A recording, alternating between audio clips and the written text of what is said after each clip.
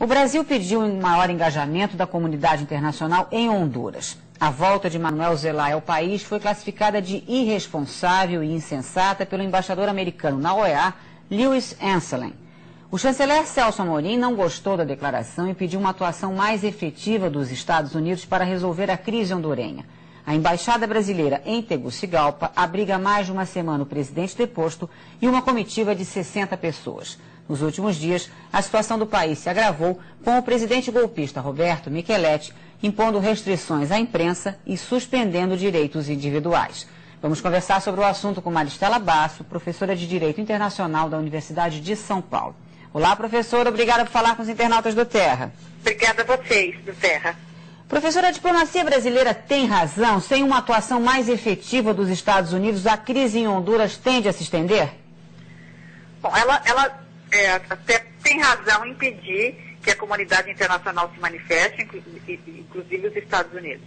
Mas não pode acalentar a expectativa de que os Estados Unidos vá além da manifestação que fez ontem, quer dizer, que vá se envolver nesse problema, que é um problema de menor importância para o cenário internacional e que nem consta da agenda de assuntos importantes dos Estados Unidos. Então, é uma expectativa infundada, não razoável, esperar que os Estados Unidos entrem nessa discussão.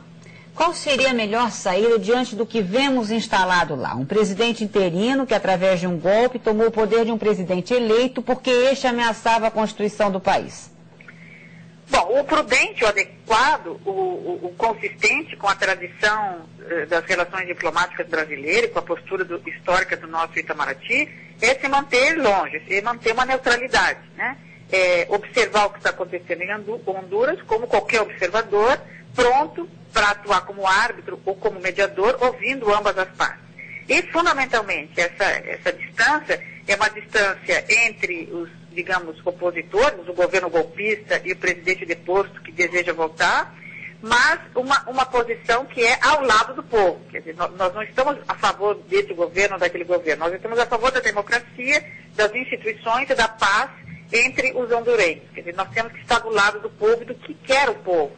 E nós vimos que, não obstante o golpe de Estado, a calma voltou para Honduras, as instituições foram observadas, quer dizer, a democracia está reinando, lá quem está no poder é um civil, não é um militar, as eleições estão marcadas, quer dizer, o povo de Honduras retomou as rédeas da condução da sua política interna.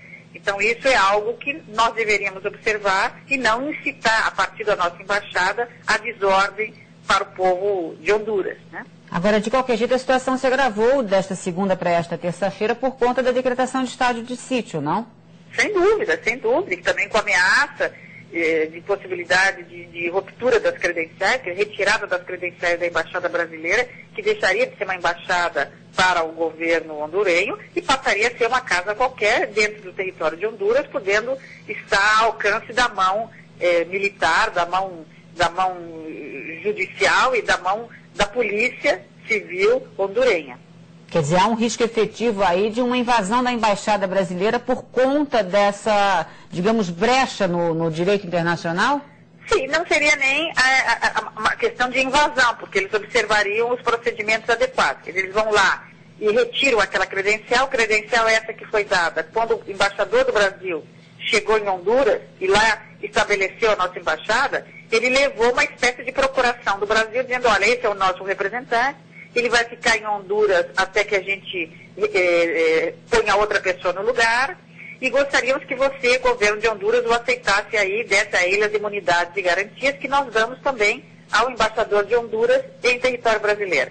Então, essa carta, que a gente chama uma carta credencial, ela é dada pelo embaixador ao governo hondurenho, que a recebe, e, em contrapartida, dá uma carta credencial, dizendo agora vocês estão acreditados em território hondurenho e nós vamos conferir a vocês as mesmas garantias que vocês nos conferem lá no Brasil.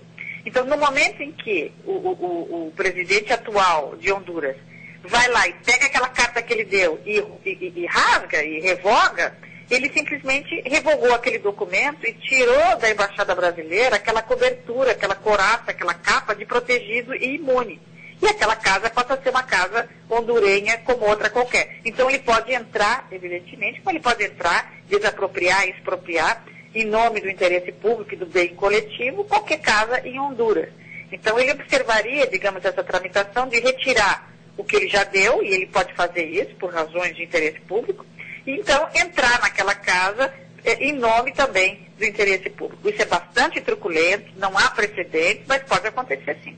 Bom, para evitar que o pior aconteça, o presidente da Costa Rica, Oscar Rafael Arias, que ganhou o Nobel da Paz nos anos 80 por ter exatamente proposto um acordo de paz para a América Central, continua a pessoa mais indicada para tocar essas negociações. O que a gente viu é que a Organização dos Estados Americanos parece não ter nenhuma chance lá.